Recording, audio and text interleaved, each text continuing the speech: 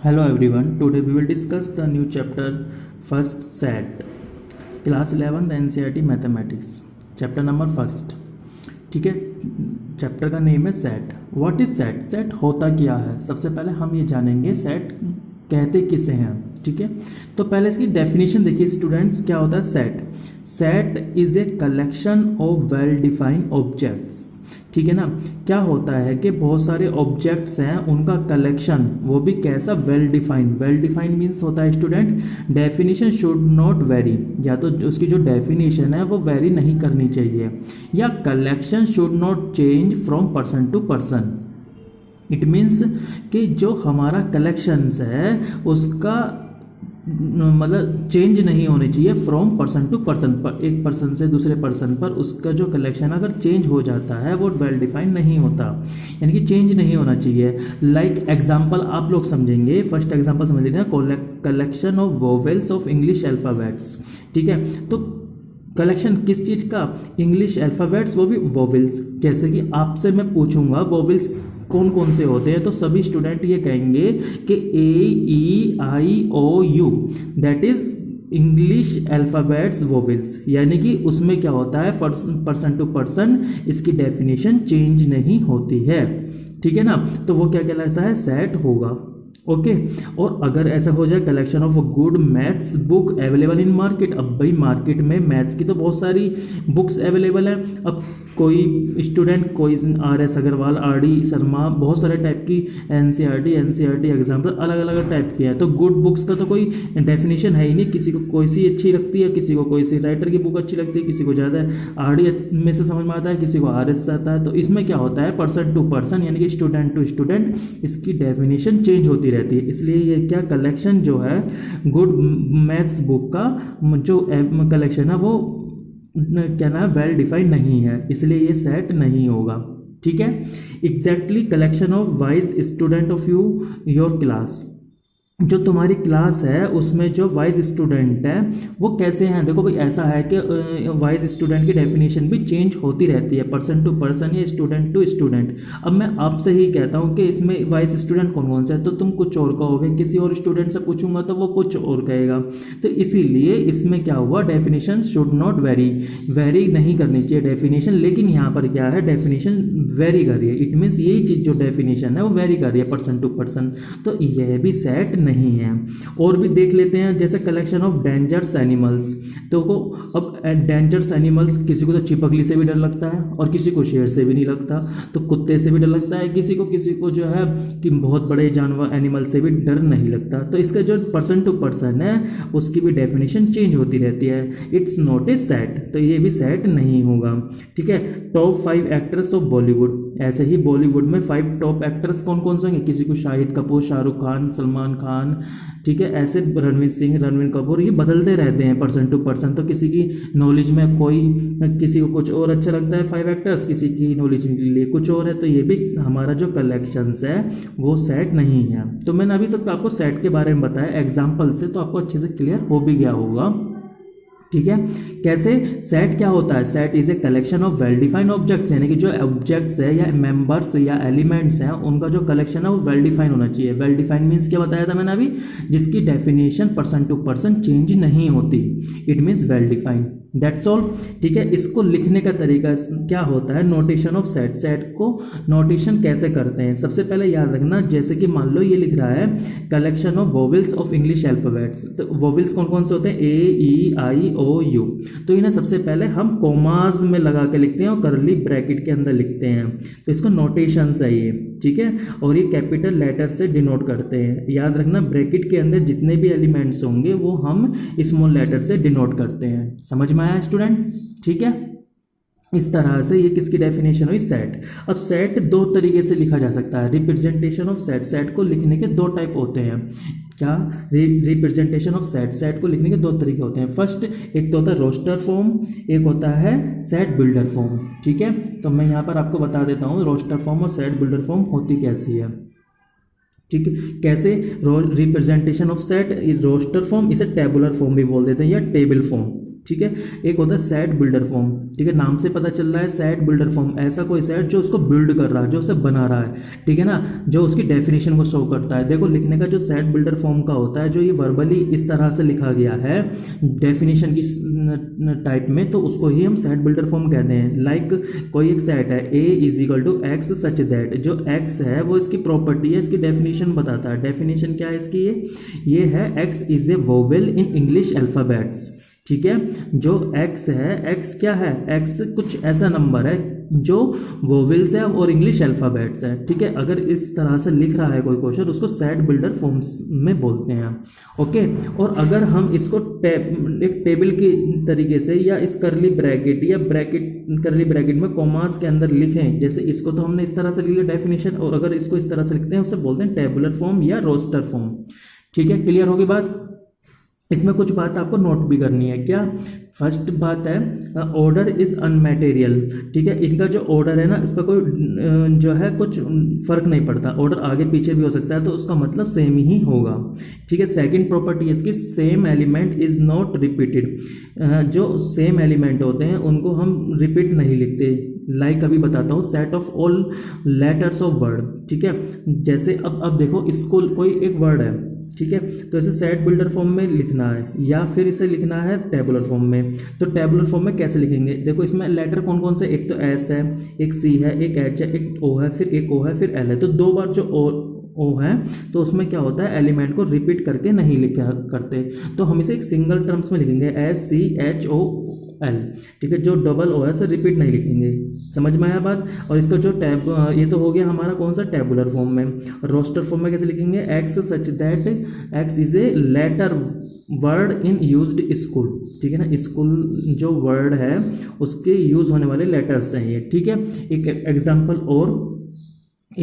और समझ लीजिए स्टूडेंट, कैसे सी एक नया सेट बोला, set of all natural numbers, ठीक है। जो नेचुरल नंबर्स होते हैं उसका क्या सेट, तो नेचुरल नंबर तो सभी जानते हैं क्या होता है, set of all natural number. जैसे कि इसको हम ऐसे लिखेंगे, x such that x belongs to natural number, तो ये एक्स क्या इसकी डेफिनेशन को शो करता है।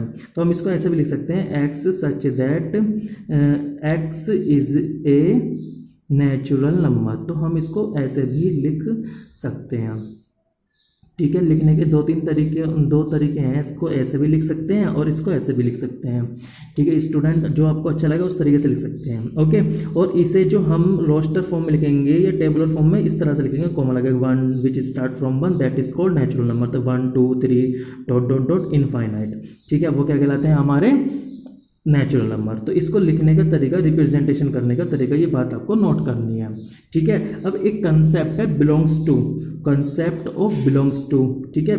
बिलोंग्स टू मीन्स क्या होता है, मान लो कोई भी एक सेट है, ठीक है, जैसे आप किस फैमिली से बिलोंग्स करते हो, जैसे शाहिद कपूर एक बॉलीवुड फैमिली से बिलोंग्स करता है, यानी कि कोई रिलेशंस बताता है, ठीक है, कोई कंसेप्ट ऑफ बिलोंग्स टू, ठीक है। इसका मीन्स होता है, मान लो कोई भी एक सेट है ए, ठीक है, कॉमा है 1 2 3 4 5, ठीक है। इस सेट के अंदर कितने एलिमेंट है, 5, इसको क्या बोलते हैं, एलिमेंट्स बोलते हैं। और जो सेट होता है वो कैपिटल लेटर से डिनोट करते हैं, ठीक है। तो जो 1 है वो किससे बिलोंग्स करता है, इस सेट से बिलोंग्स करता है, यानी कि 1 बिलोंग्स टू ए।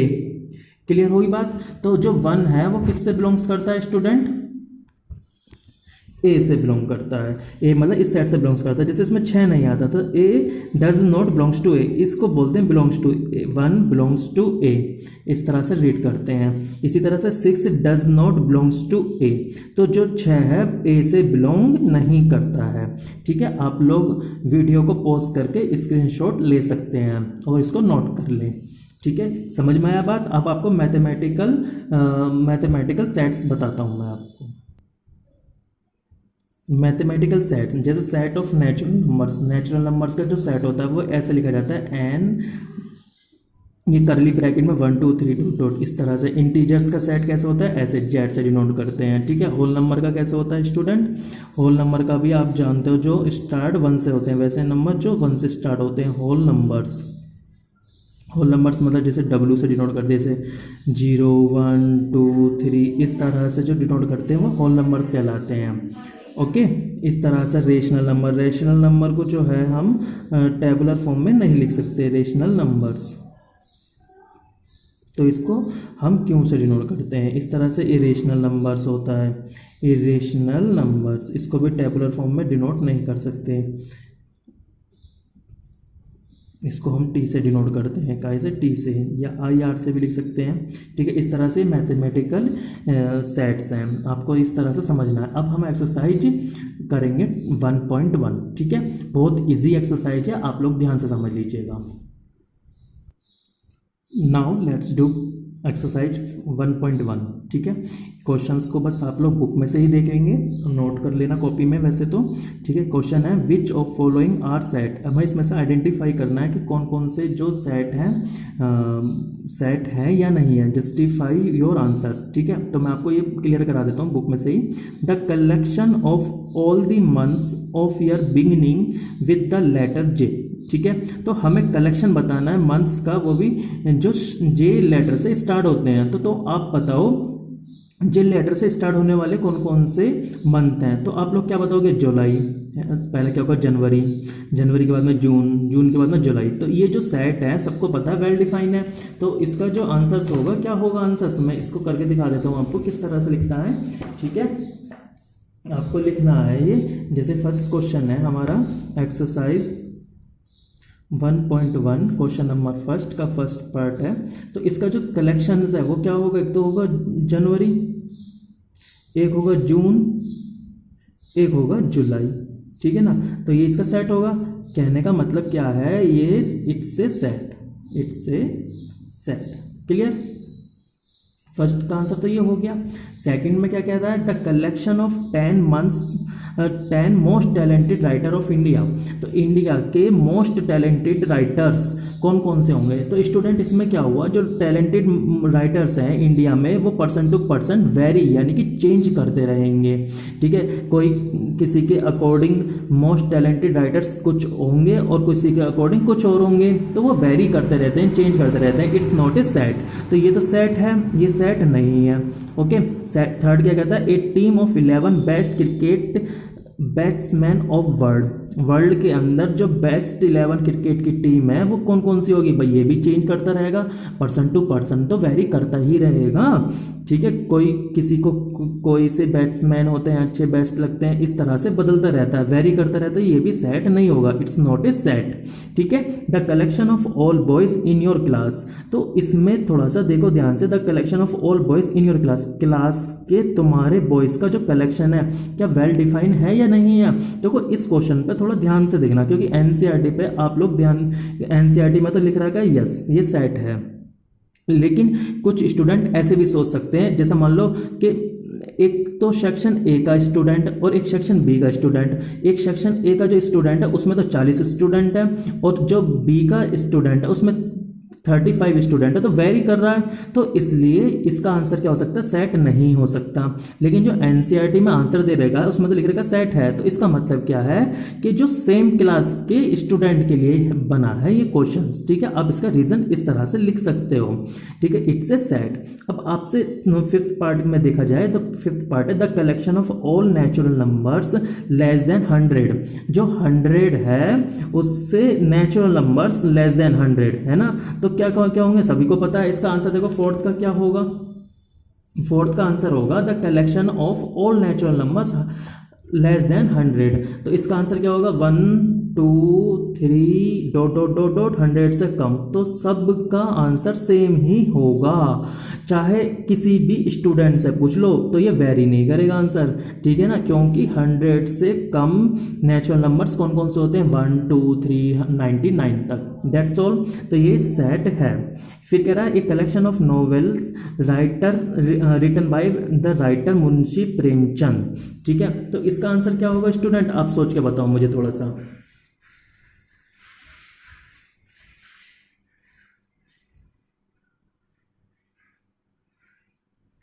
ठीक है, तो आपने समझ लिया होगा the collection of novels written by the writer Munshi Premchand. Yes, ये तो सेट होगा क्योंकि जिसने भी लिखा है इसका नॉवेल मुंशी प्रेमचंद है, तो कलेक्शन ठीक है। ठीक है, तो क्या होगा इट्स अ सेट। अब कह रहा था collection of all even integers. तो इवन इंटीजर्स कौन कौन से होते हैं स्टूडेंट, ऑल इवन इंटीजर्स सभी को पता है, सेम आंसर होगा इवन इंटीजर्स के लिए। तो ठीक है, जैसे 1 3 5 7, ये तो होते हैं ऑड नंबर्स, ऑड इंटीजर्स। और तो इवन कैसे होते हैं, 2 4 6, है ना। तो it's a set, that's all. Clear हुआ स्टूडेंट। ऐसे ही इसका 8th पार्ट है। Now let's do 8th part of first, the collection of all question in this chapter. ठीक है, तो क्या इस चैप्टर के अंदर जो कलेक्शंस है, ठीक है, वो कैसा होगा, वेल डिफाइन होगा। ठीक है, पर्सन टू पर्सन तो चेंज होगा नहीं, इट्स ए सेट, तो ये भी सेट होगा।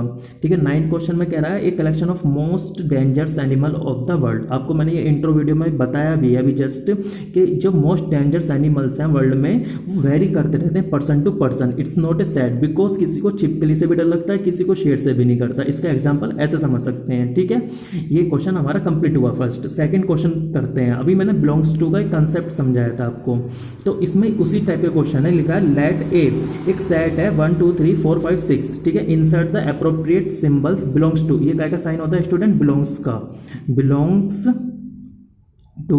और ये किसका साइन होता है, डज नॉट बिलोंग्स टू, यानी कि वो उस फैमिली से बिलोंग नहीं करता, does not belongs to.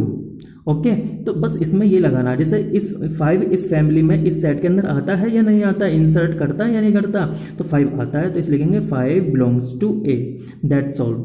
Exactly 8 belongs करता है इस फैमिली से, क्योंकि 1 से लेकर 6 तक एलिमेंट है, 7 और 8 6 से तो अब है ही नहीं इसमें, तो 8 डज नॉट बिलोंग्स टू ए, बस इसका ये आंसर होगा।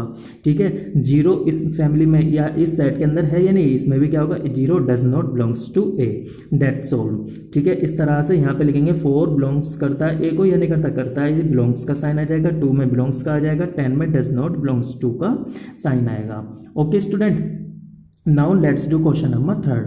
ठीक है, 3rd क्वेश्चन में क्या लिख रहा है, लिख रहा है write the following sets in roster form. तो इन क्वेश्चंस को हमें रोस्टर फॉर्म में लिखना है। रोस्टर फॉर्म या टेबुलर फॉर्म, जो टेबल या कॉमास या ब्रैकेट के अंदर जो लिखते थे ना, उन्हें रोस्टर फॉर्म बोलते हैं। ठीक है, एक एक क्वेश्चन पे डिस्कस करेंगे, आप लोग बड़े ध्यान से समझते चलना, बहुत ईजी एक्सरसाइज है।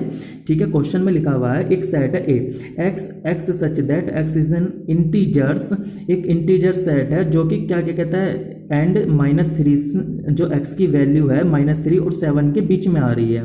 ठीक है, -3 से तो ज़्यादा है लेकिन 7 से कम है, तो इसका सेट क्या होगा, ये इसका रोस्टर फॉर्म में यहाँ पे लिख देता हूँ student. A is equal to जैसे -2 -1 0 1 2 3 4 5 6। ठीक है, तो ये हमारा क्या हुआ, ये हमारा रोस्टर फॉर्म हो गया है। ओके स्टूडेंट, तो इसको ही हम क्या बोलते हैं, रोस्टर फॉर्म। जो अगर कॉमास ब्रैकेट में इस तरह से लिखा जाए तो उसको क्या बोलते हैं, रोस्टर फॉर्म बोलते हैं। तो एक इंटीजर्स नंबर है जो कि -3 और 7 के मिडिल में आ रहे हैं, तो -2 और से लेकर 6 तक इसके अंदर आएंगे। Clear student. अब इसका सेकंड पार्ट में कह रहा है x such that x is a natural number less than 6। तो 6 से 6 से छोटे नेचुरल नंबर्स बताओ, तो आप लोग सभी बता सकते हो। 6 से छोटे नेचुरल नंबर क्या होंगे, एक तो 1 2 3 4 5, तो दैट्स ऑल, ये इसका आंसर हो गया। ठीक है, बस इसमें तो एक एक लाइन का आंसर है, बस इस तरह से वेरी शॉर्ट या मल्टीपल चॉइस क्वेश्चन बनता है पेपर में। ओके, तो अब इसमें लिख रहा है सी पार्ट। सी पार्ट में कॉपी पर करके दिखा देता हूँ आपको। ठीक है, क्वेश्चन है हमारा सी में लिखा हुआ है 3rd पार्ट में, आप लोग ध्यान से समझ लेना। ठीक है, तो क्वेश्चन है 3rd ऑफ 3। क्वेश्चन में लिखा हुआ है x such that x is a 2 digit natural number, 2 digit की नेचुरल नंबर है, वो भी किस तरीके से, such that sum of its digit 8। उन दोनों का जो सम है वो कितना आना चाहिए, 8 आना चाहिए। तो आप लोग कैसे करोगे स्टूडेंट, ध्यान से समझना। जैसे कि 2 डिजिट से मिलकर बनी, तो एक तो हो जाएगी 1 7, ठीक है ना, 1 और 7 का सम कितना होगा, 8 होगा। ठीक है, तो एक हो जाएगा 1 7, दूसरा नंबर क्या होगा स्टूडेंट, 7 1 हो जाएगा, क्योंकि इन दोनों का, ये 2 नंबर की डिजिट है और दोनों का सम कितना 8 है। ये हम इसे रोस्टर फॉर्म में लिख रहे हैं स्टूडेंट। कौन से फॉर्म में लिख रहे हैं, रोस्टर फॉर्म या टेबुलर फॉर्म में। ठीक है, एक हो जाएगा 2 6, क्योंकि 6 और 2 8, ऐसे 6 2 हो जाएगा, 3 5 हो जाएगा, 5 3 हो जाएगा। ठीक है, इस तरह से आपको लिखने नंबर्स हैं। और क्या होगा स्टूडेंट, बताओ मुझे। एक होगा 8 0, ठीक है, ये भी 2 नंबर से मिलकर बनाया गया है, तो ये भी कैसा होगा स्टूडेंट, ये भी होगा हमारा 2 डिजिट का नंबर, जिसका सम जो है कितना आ रहा है, 80। इस तरह से और भी जो नंबर्स हैं आप बताओगे। और कोई रह गया हो तो बताओ, कितने नंबर हो गए, 1 2 3 4 5 6 7 और आंसर में भी कितना दे रहेगा 1 2 3 4 5 6 7 8, एक रह गया है, एक हो गया 4 4, ठीक है ना। तो 4 4 भी हमारा कैसा नंबर है, 2 डिजिट का नंबर है जिनका सम करके कितना आता है स्टूडेंट 8। ओके, दैट्स ऑल, ये इसका आंसर हो गया है। अब नेक्स्ट देखते हैं, तो नेक्स्ट पार्ट है इसका fourth part D, x is A prime number which is divisor of 60, ठीक है। प्राइम नंबर बताने हैं वो भी 60 के, तो इसको फैक्टर्स करके देख लीजिए आप लोग। 60 के फैक्टर क्या क्या होंगे, 2 से डिवाइड करा 30, 2 से डिवाइड करा 15, 3 से डिवाइड करा 5, 5 से डिवाइड करा 1। तो इसका जो है रोस्टर फॉर्म में लिखना है 2 2 3 5। तो मैंने अभी बताया था रिपीटेशन तो लिखते ही नहीं है ये, ठीक है ना। ये इसका डी पार्ट है, थर्ड का, फोर्थ पार्ट है डी। तो इसको जो रिपीटेशन में तो लिखते नहीं, तो लिखेंगे 2 3 5। तो ये इसका आंसर होगा, ये प्राइम नंबर हो गए 60 के डिवाइजर हैं जो 60 से डिवाइड करेंगे, तो ये इसका आंसर हुआ। That's all. Now let's do question number 5th of 3rd। तो इसमें भी इसी तरह से लिखना, the set of all letters in the word trigonometry, एक वर्ड है ट्रिग्नोमेट्री, इससे जो बनाए गए लेटर्स हैं उसको लिखना है। तो कैसे लिखोगे आप लोग, मैं इसको यही बता देता हूँ ई पार्ट को। तो एक तो टी वर्ड है, आर, बस रिपीट करके नहीं लिखना स्टूडेंट, अगर रिपीट लिखोगे तो वो नहीं माना जाएगा इसमें ट्रिग्नोमेट्री में। तो एन हो गया, ठीक है, ओ हो चुका है, एम लिखना है, ठीक है, ई, टी हो चुका, आर हो चुका, वाई रह गया, ठीक है। तो ये इसका आंसर हो गया।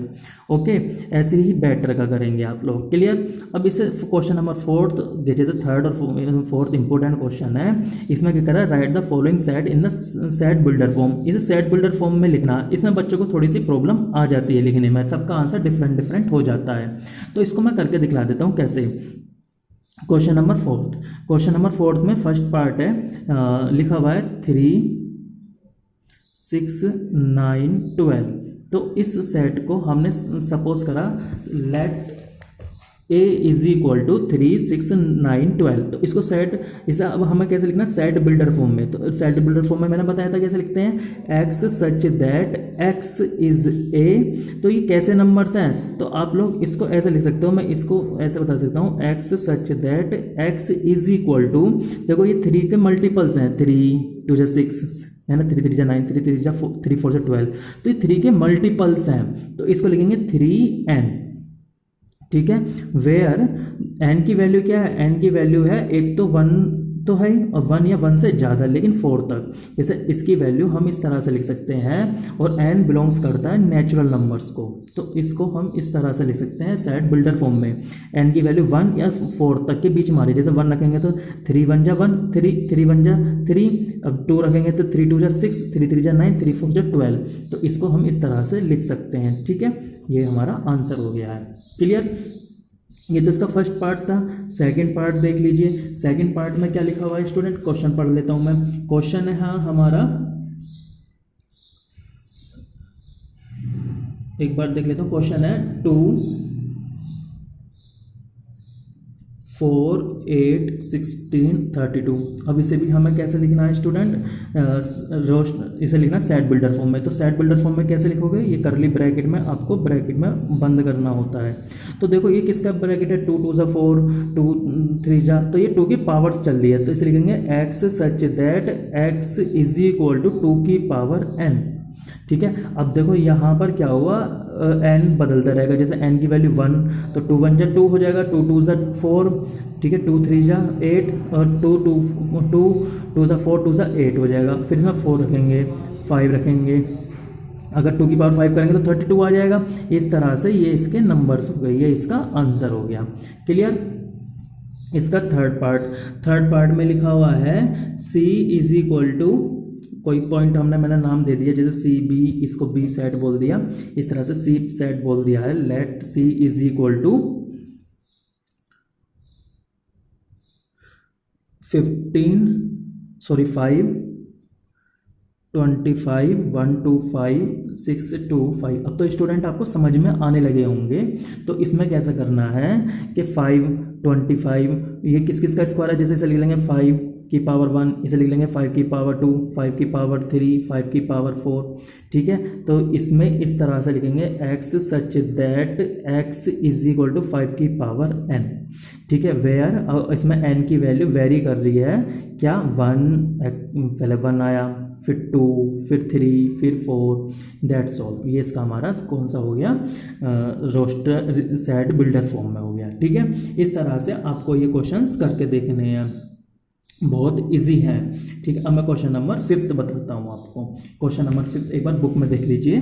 क्वेश्चन नंबर 5 है list all elements of the set of the following sets. कह रहा है list all the elements of the following sets. जो सेट है उसे एक लिस्ट, मतलब एक तरीके से इसे हमें बदल के रखना इस फॉर्म में, यानी कि रोस्टर फॉर्म में लिखना है इन क्वेश्चनों को।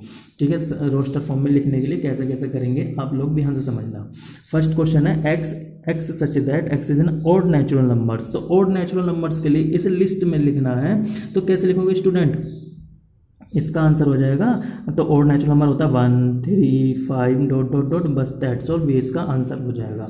ओके, ऐसे इसका सेकंड पार्ट है x such that x is N integer. X एक इंटीजर नंबर है, जो कि कैसा नंबर है, एक्स की जो वैल्यू -1/2 से लेकर 9/2 के बीच में लाई करती है, लेकिन तो पॉइंटों में है। तो इसे कैसे सोल्व करेंगे, इसे भी मैं कॉपी पे बता देता हूँ स्टूडेंट। ठीक है, तो इसे ध्यान से समझना। क्वेश्चन है हमारा, जैसे कि ये दे रहेगा x की वैल्यू -1/2 से लेकर 9/2, तो इसको डिवाइड करूँगा तो 4.5।